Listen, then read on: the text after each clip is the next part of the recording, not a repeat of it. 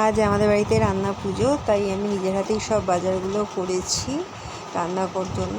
আমি কোনোদিন করতাম না, মামুনি থাকাকালীন মামুনিই সব এগুলো নিয়ে আসতো, বাপিও আনতো, ভাই মাছ এনেছে, আমি শুধু ওই কাঁচা আনাজের বাজারটা আমি করেছি।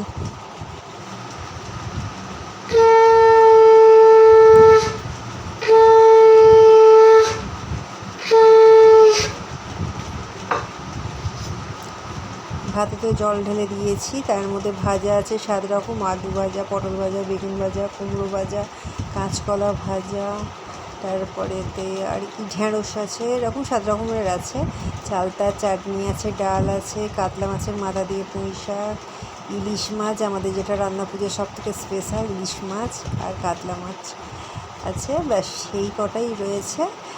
মনটা ভালো নেই, কারণ হচ্ছে আমার মামুনি এগুলো রান্নাগুলো করতো না, আমি করতাম রান্না, মামুনি ডালটা করতো আর ইলিশ মাছের ঝালটা করতো, কিন্তু পাশে থাকতো না। এটাই হচ্ছে একটা যে সবথেকে খুব কষ্ট হচ্ছে, মামুনি চলে যাওয়ার পরেই প্রথম আমি আজ করলাম রান্নাটা।